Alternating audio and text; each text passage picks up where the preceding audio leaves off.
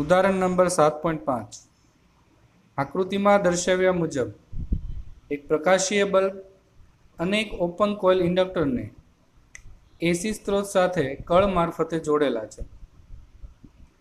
કળ બંધ કર્યા પછી થોડા સમય બાદ ઇન્ડક્ટરના અંદરના વિસ્તારમાં લોખંડનો સળિયો દાખલ કરવામાં આવતા પ્રકાશીય બલ્બની પ્રકાશિતતા વધશે, ઘટશે કે કોઈ જ ફેરફાર નહીં થાય?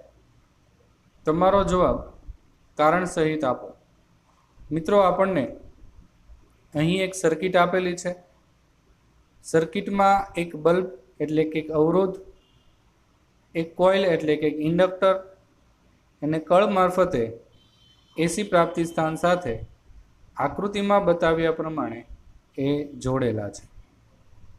તો આવી આપણી સર્કિટ છે. હવે શું કરવામાં આવે છે તો કે કળને બંધ કર્યા પછી આ ઇન્ડક્ટરના અંદરના વિસ્તારમાં લોખંડનો સળિયો દાખલ કરવામાં આવે છે. મિત્રો, આપણે જાણીએ છીએ કે લોખંડનો સળિયો આપણે જ્યારે દાખલ કરીશું ત્યારે એનું જે ચુંબકીય ક્ષેત્રનું સૂત્ર છે μ0Ni સોલેનોઇડ માટે, એમાં μ0 ની બદલે લોખંડનો સળિયો દાખલ કરેલો હોવાથી μNi થશે. μ ઇઝ ગ્રેટર દેન μ0 હોય છે એટલે બી જે છે મીડિયમનો બી એટલે એને બી એમ કહીશ. એટલે લોખંડનો સળિયો જ્યારે દાખલ કરેલો હશે ત્યારે ચુંબકીય ક્ષેત્ર એ આ હવાના માધ્યમમાં જે ચુંબકીય ક્ષેત્ર અંદરના વિસ્તારમાં મળવાનું છે એના કરતાં વધશે. ચુંબકીય ક્ષેત્ર વધવાથી શું થશે તો કે એનું ઇન્ડક્ટન્સ એલ વધશે. ઇન્ડક્ટન્સ વધવાથી XL is equals to omega L સૂત્ર પ્રમાણે એલ વધવાથી XL એટલે કે ઇન્ડક્ટરનો ઇન્ડક્ટિવ રિએક્ટન્સ એ વધશે. ઇન્ડક્ટરનો ઇન્ડક્ટિવ રિએક્ટન્સ વધવાથી શું થશે મિત્રો તો કે ઇન્ડક્ટરના બે છેડે જે વોલ્ટેજ ડ્રોપ થાય છે એનું સૂત્ર છે IXL. XL વધે છે એટલે VL પણ વધશે. એટલે પરિણામે વોલ્ટેજ ડ્રોપ ઇન્ડક્ટરના બે છેડા વચ્ચે એ વધશે. મિત્રો, હવે ઇન્ડક્ટરને જે વોલ્ટેજ મળે છે એ આ એસી પ્રાપ્તિ સ્થાનમાંથી મળે છે. પહેલાં જે મળતા હતા એના કરતાં વધુ વોલ્ટેજ મળે છે. એટલે કે આ એસી પ્રાપ્તિ સ્થાનના વોલ્ટેજ બે જગ્યાએ ડિવાઈડ થતા હતા, એક બલ્બ પાસે અને એક આ ઇન્ડક્ટર પાસે. પહેલાંની સાપેક્ષે ઇન્ડક્ટર પાસે વોલ્ટેજ ડ્રોપ વધે છે. એનો મતલબ એવો થયો કે બલ્બ પાસે વોલ્ટેજ ડ્રોપ ઘટશે, કારણ કે ઇન્ડક્ટર છે એ વધુ વોલ્ટેજ ખેંચે છે. તો બલ્બ છે એના બે છેડે વોલ્ટેજ ડ્રોપ ઘટશે. એટલે આપણે એવું કહી શકીએ VL વધવાથી એ બલ્બના બે છેડા વચ્ચે V એટલે કે વોલ્ટેજ ડ્રોપ એ ઘટશે. મિત્રો, વોલ્ટેજ ઓછો મળે જો બલ્બને તો એની જે તીવ્રતા છે એટલે કે પ્રકાશિતતા, એ બલ્બની પ્રકાશિતતા એ પહેલાંની સાપેક્ષે એ ઘટશે. તો આપણને એ જ પૂછેલું છે કે પ્રકાશિતતા, બલ્બની પ્રકાશિતતા વધશે, ઘટશે કે કોઈ ફેરફાર નહીં થાય? તો મિત્રો, વોલ્ટેજ ડ્રોપ ઘટવાથી બલ્બની પ્રકાશિતતા ઘટવી જોઈએ. હવે આપણે જોઈ લઈએ એ લોકોએ કારણ શું આપેલું છે. એસી વોલ્ટેજનો મોટો ભાગ ઇન્ડક્ટરના બે છેડા વચ્ચે લાગુ પડે છે એટલે બે છેડે ઓછો વોલ્ટેજ ડ્રોપ બલ્બને મળે છે એટલે બલ્બની પ્રકાશિતતા ઘટે છે. તો આ એનું કારણ સહિત જવાબ એ આ રીતે આપણે લખવો પડે. Thank you. ઉદાહરણ નંબર 7.6 મિત્રો, ખૂબ જ અગત્યનો દાખલો ગણી શકાય કે દરેક વિદ્યાર્થીઓએ ખાસ આ દાખલામાં ધ્યાન રાખવું. આની જેવા દાખલાઓ પરીક્ષામાં પૂછી શકાય અથવા આ દાખલો પણ એ રકમ ફેરવીને પૂછી શકાય. હવે જોઈ લઈએ. 220 વોલ્ટ 50 હર્ટ્ઝ એસી સ્ત્રોત સાથે 200 ઓહ્મનો અવરોધક અને 50 માઇક્રોફેરેડેના કેપેસિટરને શ્રેણીમાં જોડવામાં આવેલ છે. મિત્રો, આ ચેપ્ટરના દાખલાના જ્યારે આપણે આ દાખલા વિશે વિચારતા હોઈએ છીએ ત્યારે સૌપ્રથમ એ વિચારવાનું છે કે અહીં જે સર્કિટની વાત કરેલી છે એ કઈ સર્કિટ છે. માત્ર ઇન્ડક્ટર, માત્ર અવરોધ, માત્ર કેપેસિટર, LCR શ્રેણી પરિપથ, LR શ્રેણી પરિપથ, LC શ્રેણી પરિપથ કે RC શ્રેણી પરિપથ, આટલી સર્કિટો વિશે હોઈ શકે. મિત્રો, અહીં આપણને અવરોધ અને કેપેસિટરની વાત કરેલી છે. તમે અહીંયા જોઈ શકો છો અવરોધ અને આ કેપેસિટરની વાત છે. એટલે આપણે એવું કહી શકીએ કે અહીંયા જે પરિપથ છે એ RC પરિપથ છે. ઇન્ડક્ટરની કોઈ અહીંયા ચર્ચા જ નથી. કનેક્શન R અને C નું જ છે. એટલે હવે RC પરિપથ માટે આપણે પ્રવાહ ગણવાનો છે. તો એ પ્રવાહ પહેલાં ગણીએ પછી બી જોઈએ. તો મિત્રો, આપણે જાણીએ છીએ કે કોઈ પણ પરિપથ હોય પ્રવાહનું સૂત્ર છે IRMS = VRMS/Z. મિત્રો, મહત્તમ પ્રવાહ એવો શબ્દ લખ્યો હોય તો જ IM શોધવાનો. બાકી એમ લખ્યું પ્રવાહ શોધો RC પરિપથ માટે કે LCR પરિપથ માટે તો એ IRMS જ શોધવાનો છે. હવે 220 જે છે એ AC વોલ્ટેજના AC પ્રાપ્તિ સ્થાનના વોલ્ટેજ છે જેને આપણે VRMS કહીએ છીએ. એટલે એ તો આપેલું છે. જો આપણને કોઈક રીતે Z મળી જાય તો IRMS મળી જાય તો આપણે જે એ શોધવાનો છે કે જેમાં પ્રવાહ શોધવાનો છે એ આપણને મળી જશે. તો મિત્રો, આપણે જાણીએ છીએ કે LCR પરિપથ માટે આપણે આવું સૂત્ર જોયું હતું XC - XL હોલ સ્ક્વેર. આવું સૂત્ર હતું. પરંતુ મિત્રો, આ તો LCR માટે છે. હવે અહીંયા ઇન્ડક્ટર તો છે જ નહીં. એટલે આ જે પદ છે એ નીકળી જશે. એટલે જે સમીકરણ થઈ જશે એ હવે આપણે આ રીતે લખવું પડે XC હોલ સ્ક્વેર, કારણ કે XL હવે નથી. થોડું સાદરૂપ આપીએ અને Z શોધી નાખીએ અને પછી IRMS વાળા સૂત્રમાં કિંમત મૂકીએ એટલે આપણને પહેલા પ્રશ્નનો જવાબ મળી જશે. હવે અવરોધ કેટલો રકમમાં આપેલો છે? તો મિત્રો, રકમની અંદર 200 ઓહ્મનો અવરોધ આપેલો છે. બીજું આપણે જે કિંમત મૂકવાની છે એ છે XCની. XC શું છે? તો કે XC એટલે છે 1/ωc. ઓમેગા શું છે? તો કે ઓમેગા એટલે 2πf. તો એના માટે F આપેલો હોવો જોઈએ. તો મિત્રો, રકમમાં આપણને F 50 આપેલો છે. એટલે F આપેલો છે. C પણ 15 માઇક્રોફેરેડે આપેલો છે. તો આ બધી વેલ્યુ જ્યારે આપણે મૂકીશું ત્યારે આપણને Z મળશે અને Z ઉપરથી IRMS છે એ સરળતાથી આપણે શોધી શકીશું. તો સૌપ્રથમ આપણે એ આ R અને XCની વેલ્યુ એ મૂકીએ. તો R જે છે એ 200 આપેલો છે.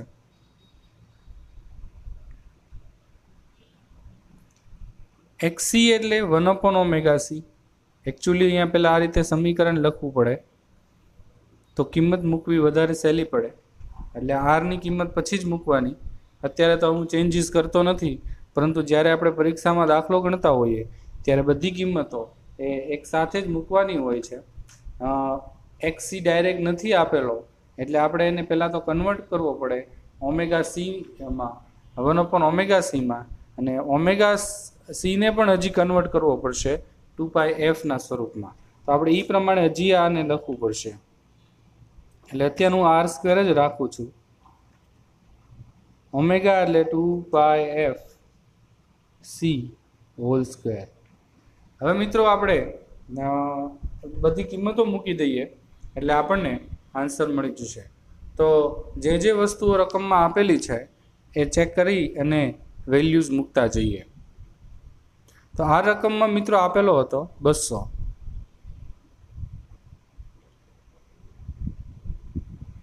પાય એટલે 3.14, F 50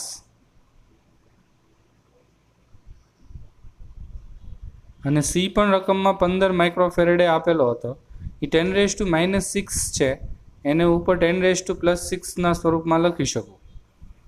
નીચે આવશે 15 × 10⁻6, પરંતુ જ્યારે એને ઉપર લખીએ ત્યારે પ્લસ ઘાત થઈ જશે, જેથી સાદુરૂપ આપવું વધારે સહેલું પડે.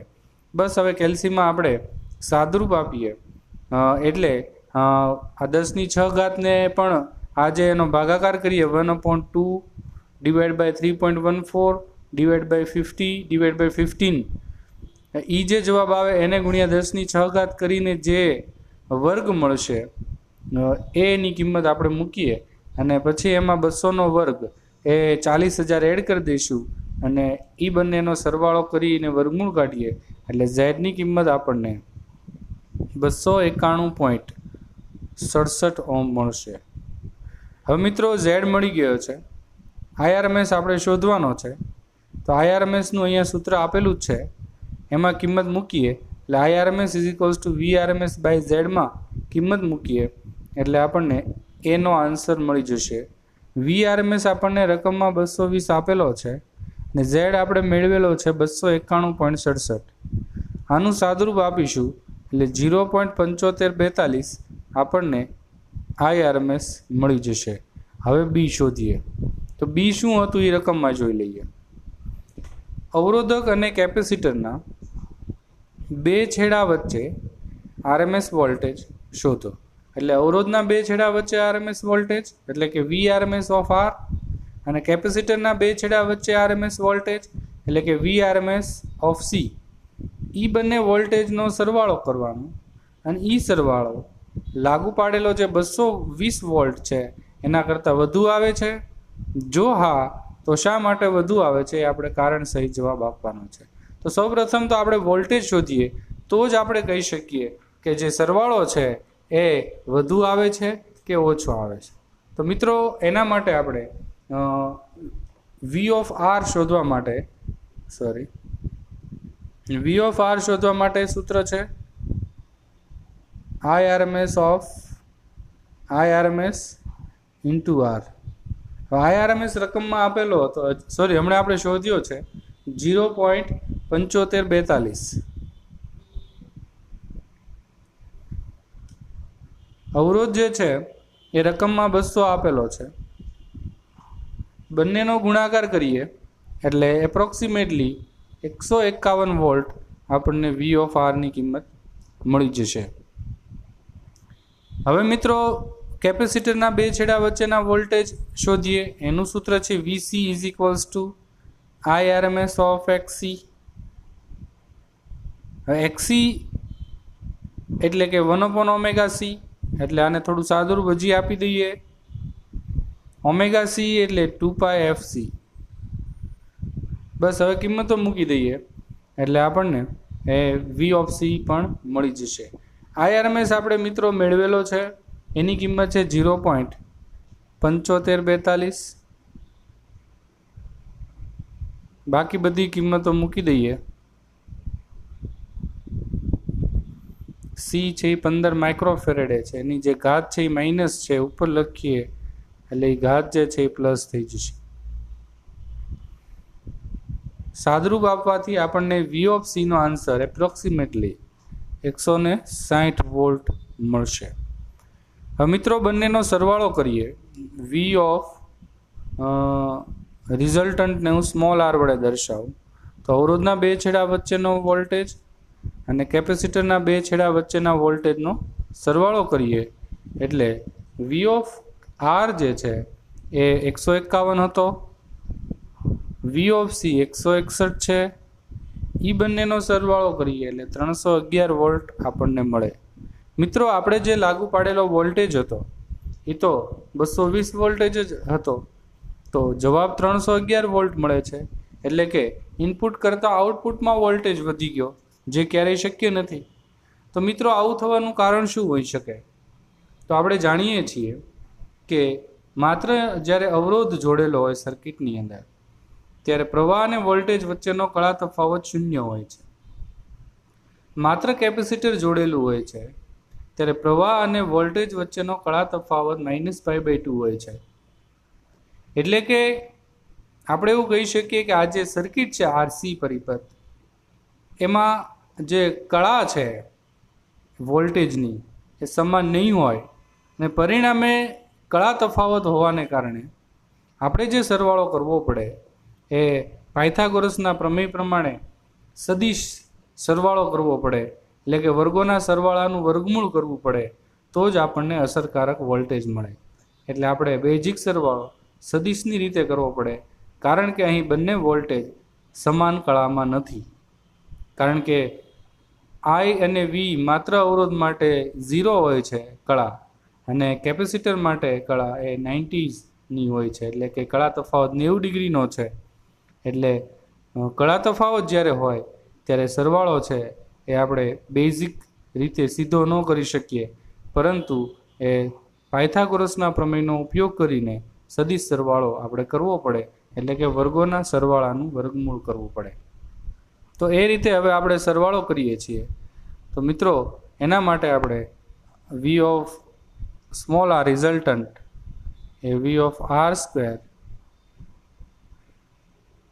Plus VC square plus VR VC cos 90 થાય, પણ cos 90 0 એટલે એ નીકળી જાય છે. તો આ રીતે છે એ આપણે સરવાળો કરવો પડે. VR છે 151 છે, VC છે એ આપણને 160 મળ્યા હતા. આનું સાદરૂપ આપીએ એટલે આપણને એપ્રોક્સિમેટલી 220 વોલ્ટ આન્સર મળશે. તો આમ તમે જે લાગુ પાડેલો વોલ્ટેજ છે એ બંને ઘટકોમાં આ રીતે ડિવાઈડ થઈ અને આપણને એ જે વોલ્ટેજનું જે ટૂંકમાં ઉદ્ગમમાંથી જે વોલ્ટેજ મળે છે એટલા જ બંનેમાં ડિવાઈડ થવા જોઈએ, એ શરત છે અહીં સાબિત કરી શકાય છે.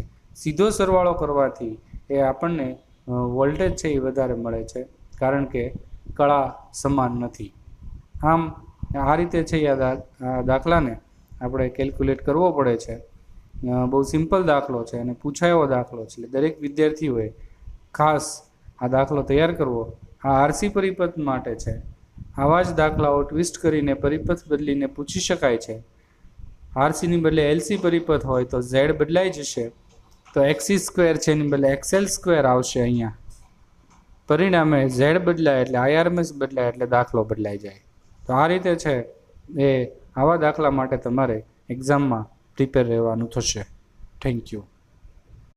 અનુનાદનો જે કન્સેપ્ટ એલસીઆર શ્રેણી પરિપથ માટે જોયો હતો તેના આધારિત દાખલા હવે આપણે ગણવાના છે.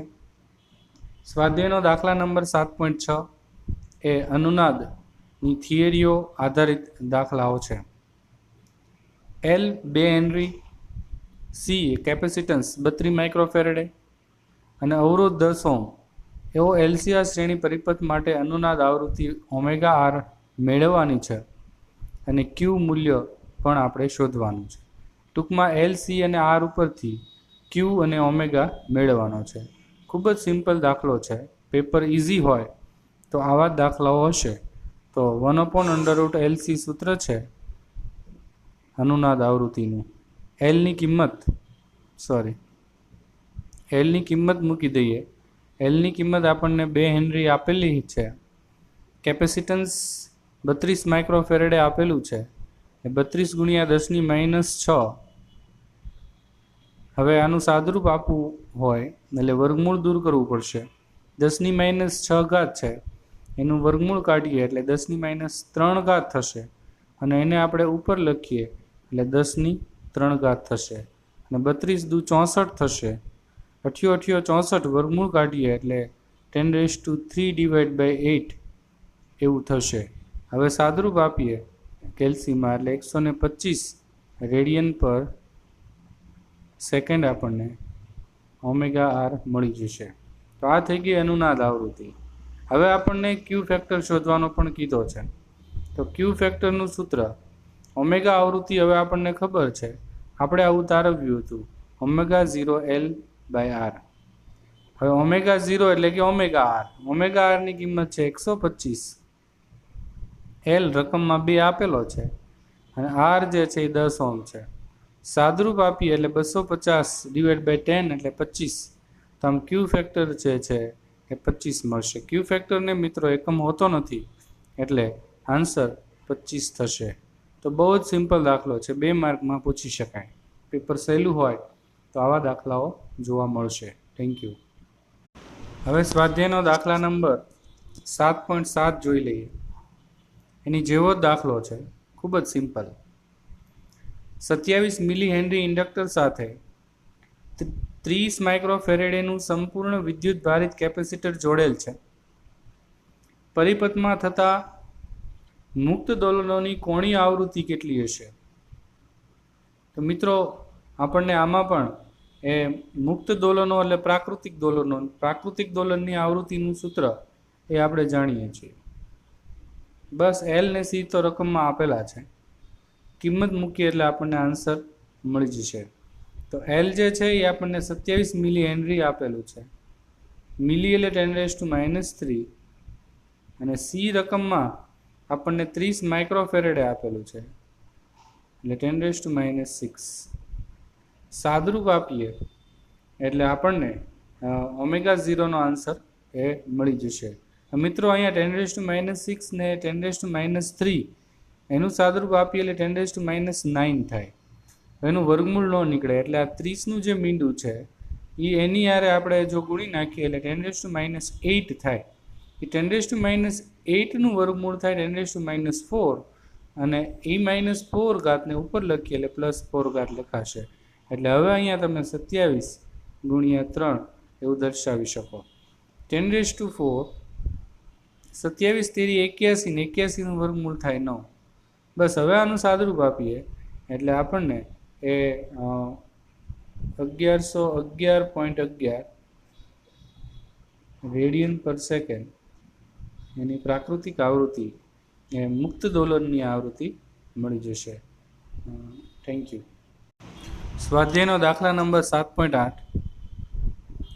27 મિલી હેનરી ઇન્ડક્ટર સાથે 30 માઇક્રોફેરેડેનું સંપૂર્ણ વિદ્યુત ભારિત કેપેસિટર જોડેલ છે. કેપેસિટર પરના પ્રારંભિક વિદ્યુતભારનું મૂલ્ય ધારો કે 6 મિલી કુલમ છે. તો પ્રારંભમાં પરિપથમાં સંગ્રહિત કુલ ઉર્જા કેટલી હશે અને પછીના કોઈ પણ સમયે કુલ ઉર્જા કેટલી હશે? તો મિત્રો, આમાં આપણે કુલ ઉર્જા કેપેસિટર માટે શોધવાની છે. કેપેસિટર માટે ઉર્જા શોધવાનું સૂત્ર આપણે ચેપ્ટર નંબર 2માં ભણી ગયા છીએ. U = Q²/2C.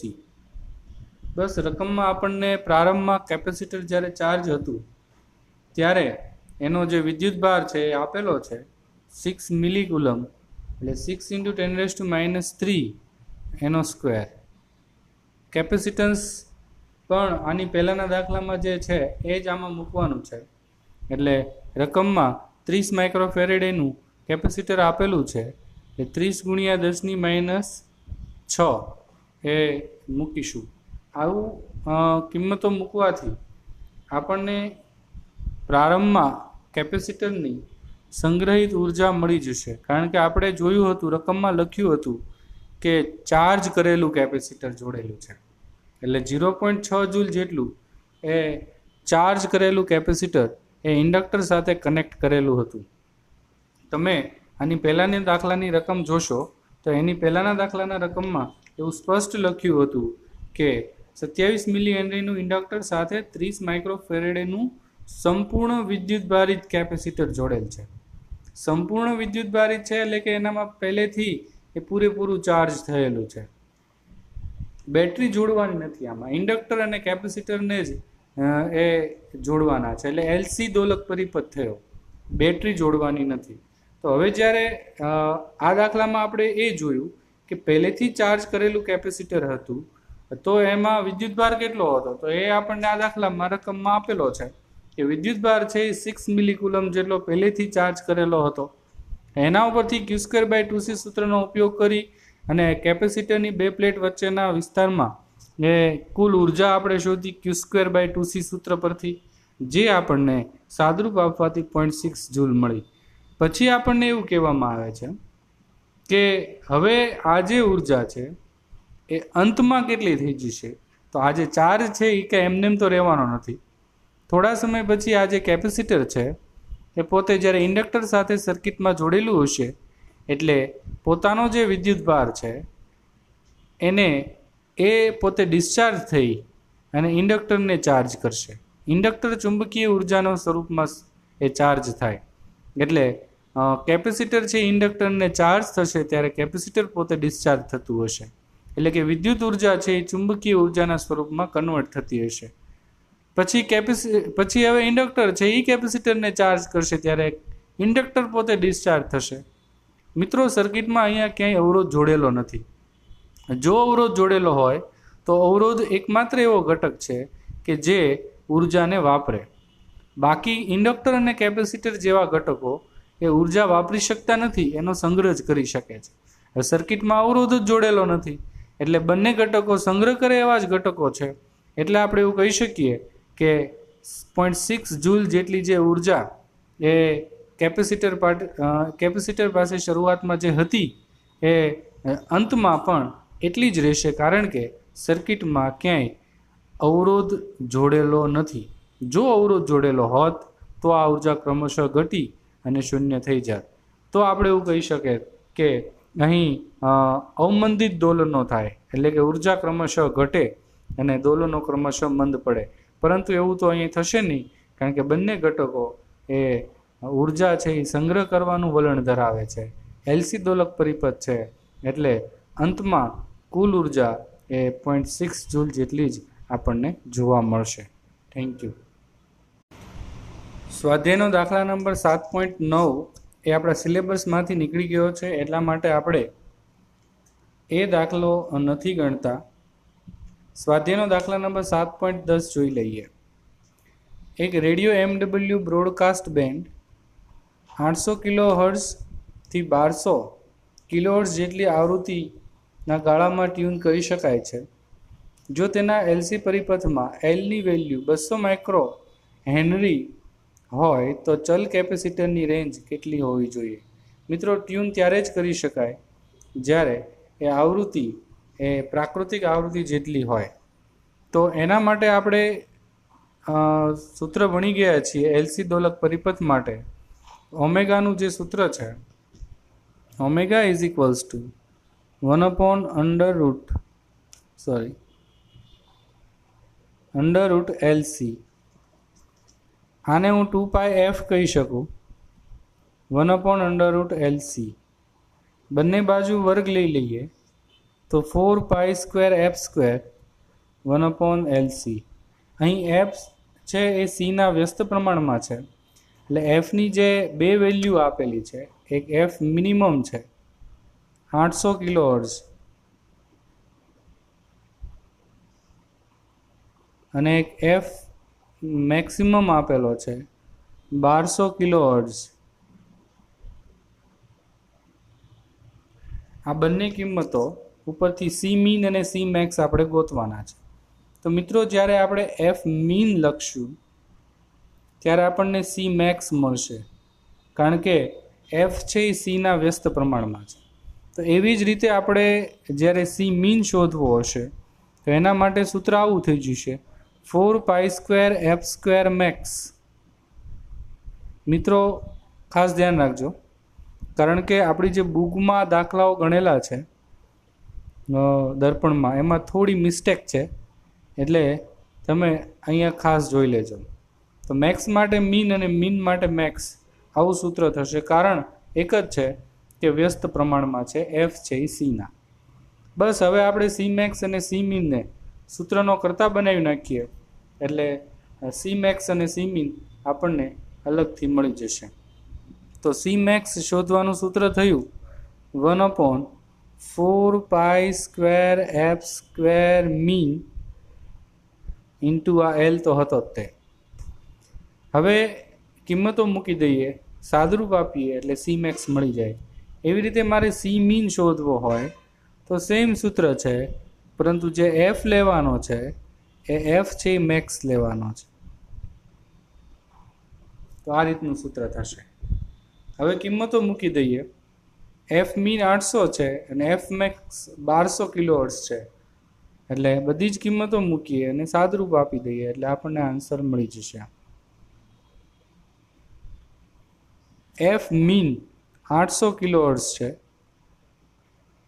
800 × 10³ વર્ગ છે એટલે આ વર્ગ કરવો પડશે, અને એલ રકમમાં આપણને આપેલો હતો.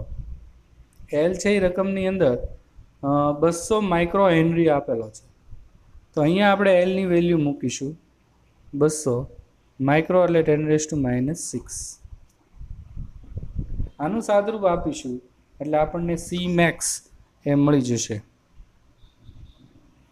તેવી જ રીતે સી મીન માટે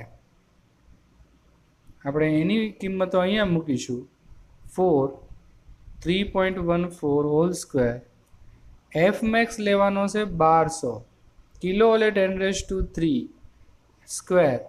એલ આપણને આપેલો છે 200 માઇક્રો હેનરી એટલે ઇન્ટુ 10⁻⁶.